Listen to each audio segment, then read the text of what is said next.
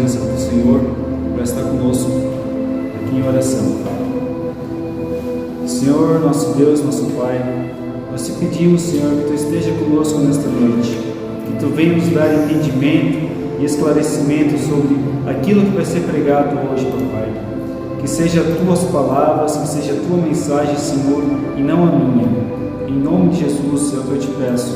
Esteja conosco, nos guie, não deixe, Senhor, nos desviar dos pensamentos, não deixe, Senhor, que o inimigo venha roubar a nossa paz, venha roubar a nossa clareza de entendimento, que nós estejamos focados aqui contigo nesta noite, em nome de Jesus. Amém.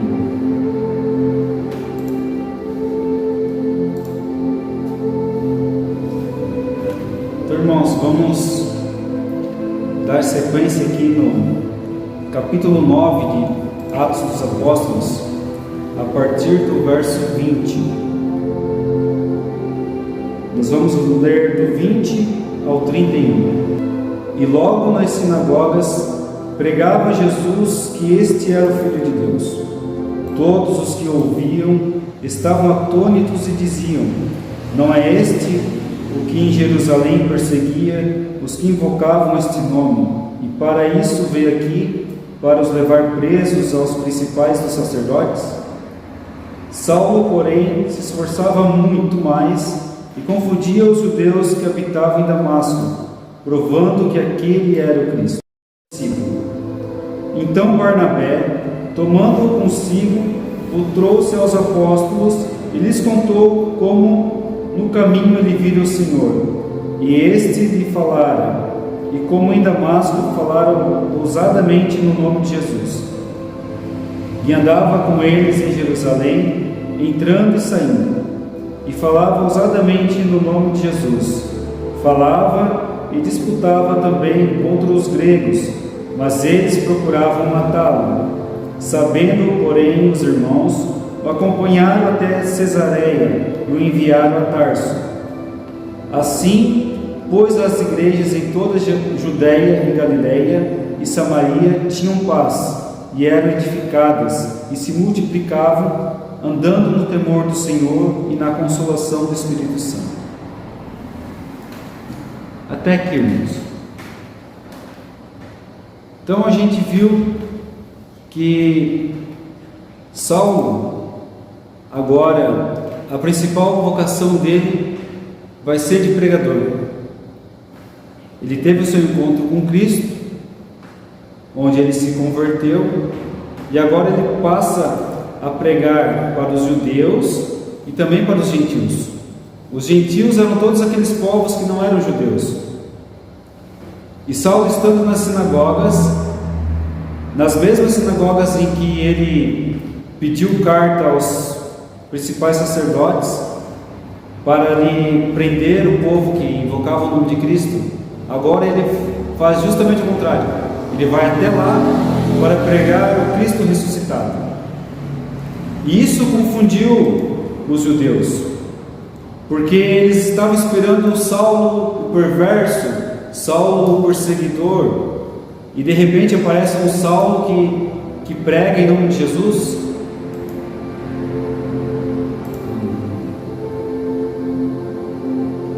E nisso, Saulo tinha que se esforçar ainda mais para pregar sobre Jesus. Antes, Saulo ele era um fariseu, ele era um entendedor da lei de Moisés. Só que agora ele tem um maior entendimento da palavra. Antes ele estudou com o professor e teólogo Gamaliel em Jerusalém, mas ele não conhecia Deus de fato. E foi só depois do seu encontro com Cristo, no caminho para Damasco, que ele de fato experimentou Deus de verdade. Aleluia! E desse encontro ele saiu transformado. Saulo ele não se tornou uma nova criatura somente depois que ele foi batizado com o Espírito Santo e com água. Não. Ele se transformou no exato momento em que ele caiu de joelhos e ele reconheceu a divindade de Deus em Jesus. Na mesma hora ele teve mudanças que implicaram diretamente na sua vida e nos demais à sua volta. Ele teve mudanças físicas, mudanças espirituais e mudança de propósito. As mudanças físicas, ele ficou cego temporariamente por 3 dias. E durante esses 3 dias, ele teve que ser ajudado por outros. Aquele que antes subjugava e julgava os outros sem piedade, agora ele sofre a humilhação de precisar ser carregado. Ele precisou ser carregado pelos seus companheiros até Damasco. Neste mundo, irmãos e irmãs, ninguém é melhor do que ninguém. Nós somos todos iguais perante os olhos de Deus. E às vezes Deus, Ele nos quebra mesmo. Ele quebra a pessoa para que ela consiga se colocar no lugar do outro. Deus não tem prazer na humilhação de seus filhos, mas às vezes se faz necessário.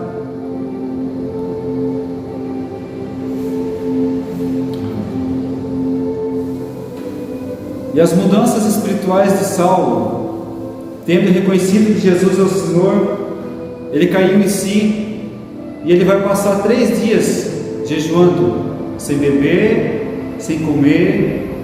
Ele vai passar esses 3 dias em oração, em reflexão sobre quem ele era e sobre o que agora ele devia fazer, porque ele foi confrontado por Jesus no caminho de Damasco.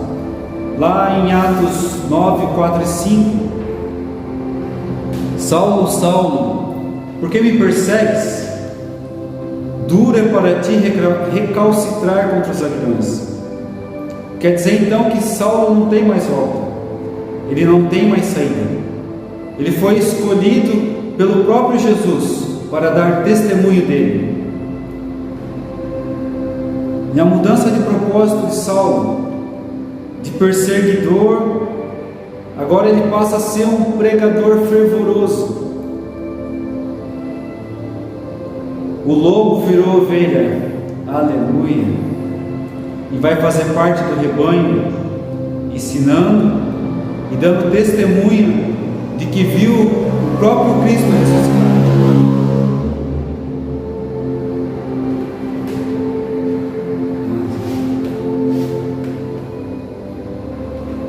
Nos versos 23 a 25, enquanto Saulo está pregando nas sinagogas, a pregação dele é fervorosa, irmãos, e ela vai incomodar os líderes judeus.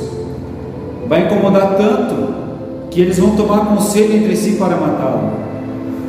Eles vão então começar a vigiar as estradas e as entradas de dia, de noite. E a única opção de Saulo então é ser socorrido pelos seus irmãos discípulos. Ele vai ser então descido num cesto pelo muro.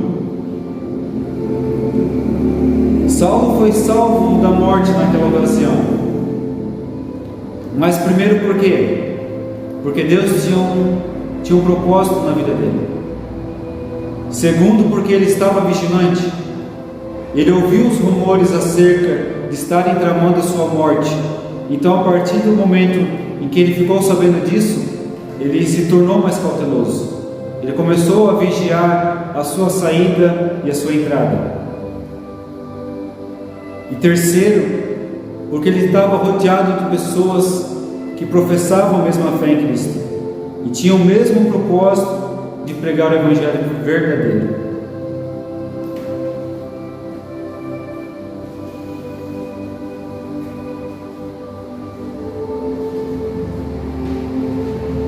Quero chamar a atenção dos irmãos para isso daqui. Deus, Ele guarda os seus. Mas mesmo assim, nós precisamos nos manter vigilantes para não cair nesses lados de Satanás. O diabo, ele quer nos matar sim, tanto fisicamente quanto espiritualmente. O que ele quer? Ele quer que nós tenhamos uma vida de pecado, uma vida sem renúncia, uma vida sem Deus, para que o nosso destino seja o mesmo que o dele, o inferno. O inferno foi construído para Satanás e seus anjos, não foi para o homem. Mas a missão de Satanás nesta terra é tragar o maior número de almas possíveis com ele, para o sofrimento eterno. Então ele está nos servindo bandejas, pondo diante de nós tropeços, para que nós possamos cair em tentação. E quando nós caímos em tentação, irmãos, nós caímos no pecado. E se nós caímos de novo no mesmo pecado, ele se torna iniquidade. Veja o que Jesus diz sobre a iniquidade, lá em Mateus 7,23. Então lhes direi abertamente: nunca vos conheci, apartai-vos de mim, vós que praticais a iniquidade. A iniquidade é terrível, irmãos, ela pode nos tirar a salvação. Eu vou dar um exemplo prático para os irmãos, como é que a iniquidade age na nossa vida. Eu sofri um acidente, irmãos, no qual esse meu braço aqui, eu perdi o movimento total, e eu perdi a sensibilidade total dele, por um tempo. Agora, graças a Deus, eu já estou melhor, já estou bem recuperado. Mas, um certo dia, eu estava no banho quente, e eu notei assim que a água quente descendo sobre o meu braço, e eu não sentia. E eu comecei a olhar, e fiquei olhando, e a água caindo no meu braço ficando vermelho, queimando, mas eu não estava sentindo nada. E o pecado da iniquidade é assim, irmãos. Você está vendo o pecado que você está fazendo? Você está vendo as consequências que ele está te trazendo? Mas você está tão no automático que é como se você não estivesse mais sentindo ele. Você já está acostumado. E quando você está acostumado e você já não sente o peso que o pecado traz, irmãos, é terrível. Só Deus pode te salvar.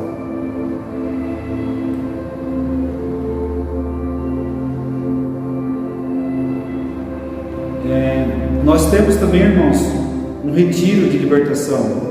Se chama Encontro com Cristo. Já tivemos 3 edições desse retiro. Nesse retiro é ministrado muito a questão da iniquidade, a raiz de iniquidade. Nesse retiro você vai lá para ser liberto, irmãos, porque tem pecados, tem maldições hereditárias que recaem sobre nós, e tudo isso precisa ser quebrado. A palavra de Deus diz que onde 2 ou 3 estiverem reunidos em meu nome, eu estarei no meio deles.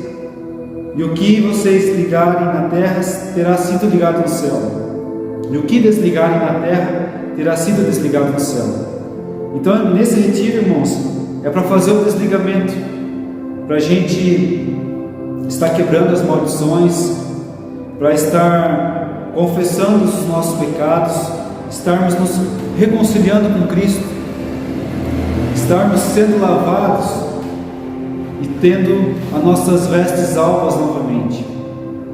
Fica aí o convite para quem quiser saber mais sobre o retiro e também estar participando do próximo. Manda um direct aqui para a gente, ou entre em contato pelo nosso WhatsApp ou pelas redes sociais, e nós lhe damos um retorno. Amém? Mas alguém pode dizer que Satanás não queria matar Saulo, eram os judeus. Mas lá em Efésios 2:2 está escrito assim: nos quais vocês andaram no outro tempo, segundo o curso deste mundo, segundo o príncipe da potestade do ar, do espírito que agora atua nos filhos da desobediência.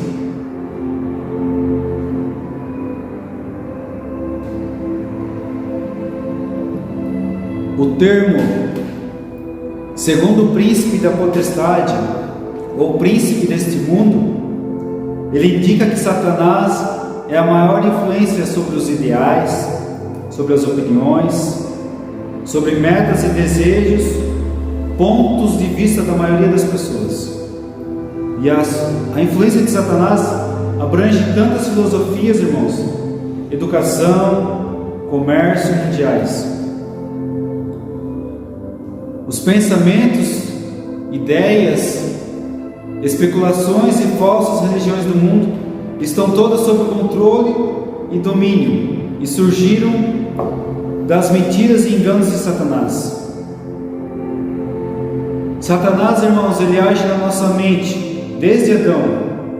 Por isso que nós devemos estar vigilantes, usar as armaduras de Deus, aquelas que estão descritas lá em Efésios 6:11.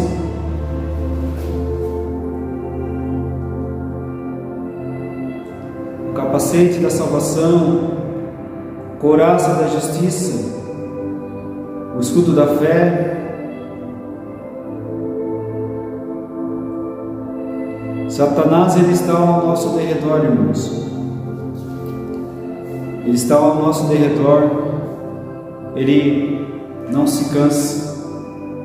Ele passa 24 horas do dia jogando setas malignas na nossa mente, para que a gente possa ceder à vontade dele. Então a gente tem que sim estar vigilantes, estar em oração, estar em comunhão com Deus. E lá no verso 26, irmãos, Saulo vai voltar a Jerusalém. Vai ser a primeira visita dele após a sua conversão.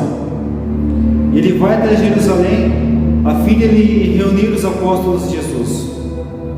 Mas eles o temiam, porque eles não estavam acreditando que Saulo realmente tivesse se convertido. Eles acharam que era uma estratégia, porque Saulo, ele era o perseguidor, ele era o perverso. E de repente ele aparece como uma ovelha, como um bom homem, pregando sobre Jesus. Só que nessa ocasião ali, em que ele vai até os discípulos, está reunindo Pedro e Tiago, irmão de Jesus. No livro Gálatas, capítulo 1, vai relatar sobre esse encontro de Pedro, Saulo, Barnabé e Tiago. Barnabé, então, que é o mesmo Barnabé lá de Atos 4, aquele cujo nome dele é José, mas ela era chamado de Barnabé, foi o mesmo que vendeu uma herdade e depositou aos pés dos apóstolos. Ele começa a dar testemunho de Saulo a Pedro e Tiago. Ele vai testemunhar que Saulo realmente se encontrou com Cristo, que ele viu Cristo ressuscitado, esteve cego e foi curado, e depois ele foi até as sinagogas a pregar. E esse Barnabé, irmãos, ele vai ser companheiro de Saulo por muitas viagens a seguir. Eles irão para Chipre, para Antioquia, para várias cidades em Jerusalém. Nós vamos ver essas viagens lá nos livros de Atos 13, 14 e 15, mais para frente. Então, depois de convencer os apóstolos, Saulo vai permanecer entre eles por 15 dias, pregando e discutindo com os judeus gregos. Provavelmente ele vai estar pregando nas mesmas sinagogas em que ele havia escutado Estevão, o primeiro mártir cristão. Vocês lembram de Estevão? Atos 6 e 7 conta a história de Estevão. Diz que lá depois do dia de Pentecostes, onde estavam reunidos os apóstolos, mais os 150 discípulos de Jesus, que estiveram reunidos na casa orando, até que descesse o Espírito Santo. Depois de Pentecostes, então a igreja primitiva ela cresce muito rápido. E os apóstolos então eles se veem obrigados a um ponto de delegar responsabilidades. Por isso eles elegeram 7 homens de caráter e excelentes para servir as viúvas e os órfãos. E um desses homens ele foi Estevão, que além das suas responsabilidades e práticas na igreja, ele ficou conhecido porque ele era um homem cheio do poder de Deus. Ele não só realizava milagres, como ele realizava milagres de maravilhas, sinais e maravilhas. E alguns judeus não ficaram contentes, tentaram apanhar o Estevão em discussões. Só que o Estevão ele era cheio da sabedoria de Deus, e ninguém conseguia refutar ele nas argumentações. Então os inimigos de Estevão decidiram acabar com ele. Inventaram então acusações de blasfêmia contra o templo e contra a lei de Moisés. A multidão então ficou agitada contra Estevão e ele foi levado ao Sinédrio. O Sinédrio, nós vimos que era composto pelos sumos sacerdotes, e eles que eram o tribunal judeu, o Sinédrio mesmo que crucificou Jesus.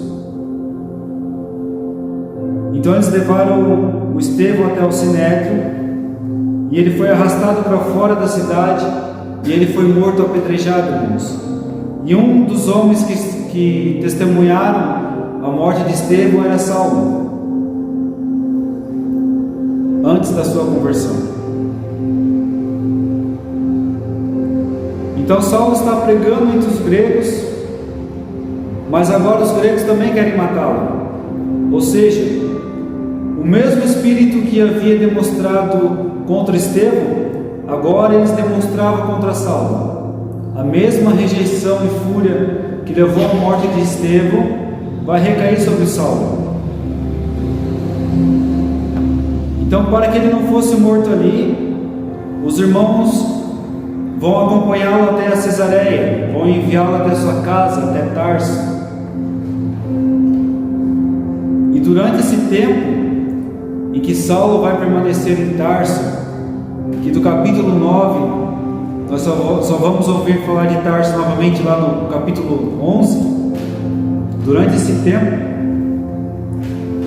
as igrejas na Judéia, na Galiléia e na Samaria, elas vão viver um período de paz, porque a atenção dos judeus não vai mais estar voltada para a perseguição, vai estar desviada das questões. Então eles vão ter um período de descanso de perseguição, pelo menos por um certo tempo. Aqui se deve a um fato, porque talvez, além dos judeus se desviarem a atenção, eles perderam o principal líder perseguidor deles, que era Saulo. E muitas pessoas vão ser salvas nesse tempo, porque elas ouviram e creram na palavra pregada. Aleluia. Glória a Deus.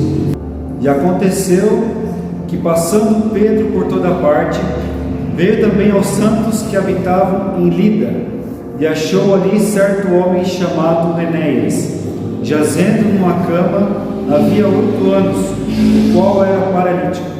E disse-lhe Pedro: Enéas, Jesus Cristo te dá saúde, levanta-te e faze a tua cama. E logo se levantou. E viram-no todos os que habitavam em Lida e Sarona, os quais se converteram ao Senhor. E havia em Jope uma discípula chamada Tábita, que traduzido se diz Dorcas. Esta estava cheia de boas obras e esmolas que fazia. E aconteceu naqueles dias que, enfermando ela, morreu, e tendo-a lavado, a depositaram num quarto alto. E como Lida era perto de Jope, ouvindo os discípulos que Pedro estava ali, lhe mandaram 2 varões, rogando-lhe que não se demorasse em vir ter com eles. E levantando-se Pedro, foi com eles. Quando chegou, o levaram ao quarto alto, e todas as viúvas o rodearam, chorando e mostrando as túnicas e vestes que Dorcas fizera quando estava com elas. Mas Pedro, fazendo-a sair a todas, pôs-se de joelhos e orou, e voltando-se para o corpo, disse: Tabita, levanta-te. E ela abriu os olhos, e vendo a Pedro, assentou-se. E ele, dando-lhe a mão, a levantou, e chamando os santos e as viúvas, apresentou-lhe viva. E foi isto notório por toda Jope, e muitos creram no Senhor. E ficou muitos dias em Jope, com um certo Simão curtidor.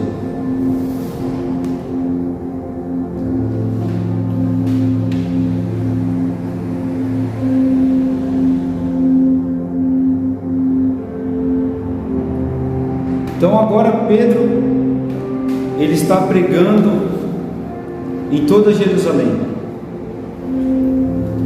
mais precisamente na cidade de Lida. Essa cidade ela está situada a 48 quilômetros de Jerusalém. E lá ele encontra um paralítico chamado Enéas. Esse Enéas, ele estava há 8 anos acamado. E em nome de Jesus ele foi curado. E todos que testemunharam esse milagre, eles se converteram ao Senhor. E também, nesse trecho dessa passagem, vai falar sobre a ressurreição de Tabita. Tabita era da cidade de Jope, uma cidade portuária de Israel. Foi dessa mesma cidade que o profeta Jonas, ele embarcou num navio na tentativa de fugir do chamado divino, aonde que ele foi parar dentro da baleia. E essa história aí todos os irmãos conhecem, né? E a cidade de Jope atualmente está a cidade de Jafá, ao sul de Tel Aviv. Tabita é uma palavra aramaica que, traduzida para o grego, quer dizer Dorcas. E as duas palavras, tanto Dorcas como Tabita, quer dizer gazela. Gazela mesmo, que traduz-se da fêmea do animal, do cervo. E lá naquela região era comum que se desse um nome assim, porque se tratava de um nome bonito, predominante feminino, que carrega consigo a simbologia do animal. Ele simboliza agilidade e rapidez. Então Tabita era uma discípula de Jesus. Ela era uma mulher de caráter. Ela era conhecida na região onde ela morava. E a história de Enéas e Tabita, irmãos, foram registradas como os primeiros milagres da igreja primitiva. Relatos de como os apóstolos, cheios do Espírito Santo de Deus, operaram milagres e maravilhas no meio do povo judeu e dos gentios também. E daí para frente, irmão, o ministério dos apóstolos, ele só irá crescer. Tanto Pedro quanto Paulo, que Saulo vai então deixar o seu nome Saulo para trás, vai começar a se chamar Paulo. Eles vão pregar por toda Jerusalém e vão viajar por todas as cidades vizinhas, pregando o Evangelho verdadeiro, pregando para a remissão dos pecados, para a conversão ao Senhor Jesus Cristo, para a salvação e para a morada eterna. Amém, irmãos? Então, era esta palavra, era esta mensagem que eu tinha para trazer para os irmãos. Peço desculpas se ficou se eu fui rápido demais ou se faltou entendimento de alguma parte. Qualquer dúvida, irmãos, podem mandar aí para nós, que nós iremos responder na sequência, durante os próximos dias aí também. Agradeço a todos que estão nos acompanhando e a todos que irão acompanhar posteriormente essa live. Espero que esta palavra, esta mensagem entre no coração dos irmãos, em nome de Jesus. Vou passar a palavra para o nosso pastor Fabiano. Amém. Graças a Deus. Puxa a cadeira. Puxa a cadeira. Puxa a cadeira.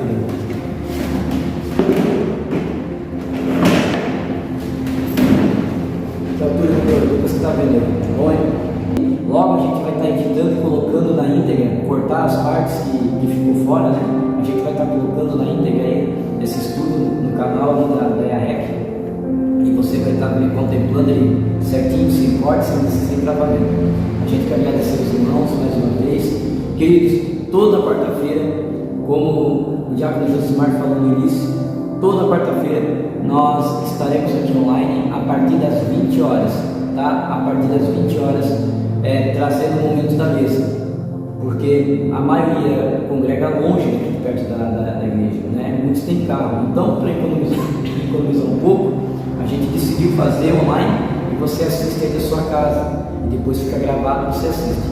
Eu sempre tenho ditado comigo, né? E é o que a Bíblia diz: aquele que não ama a palavra, que não tem tempo para a palavra, esse camarada é mentiroso, ele não ama a Deus, porque quem ama a Deus tem amor pela palavra. Se você não tem vontade de ler a Bíblia, se você não passa tempo com a Bíblia, você está mentindo para você mesmo. Tiago 1,26 diz assim, ó: sede vós praticantes da palavra, para que não venha enganar vós mesmos.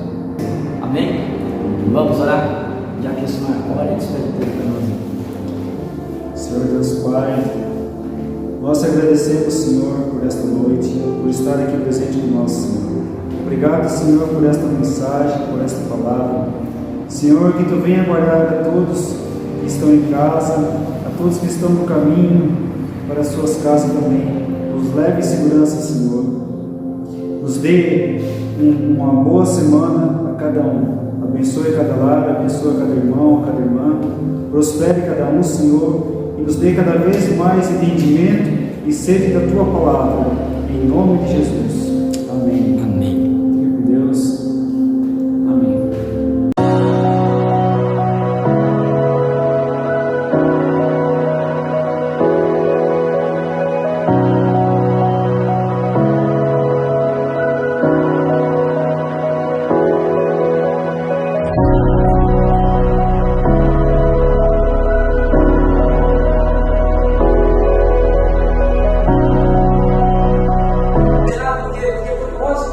O problema é que nós aprendemos a ir para a igreja para quê? Para que Deus venha resolver o meu problema. Nós aprendemos que o Pai é meu, o pecado é meu, Deus abençoa a minha família. Você já viu como você vai orar? Você nunca ora pelo próximo, você ora só por você, não é culpa sua, você é por Deus. EAREC. Juntos somos mais fortes.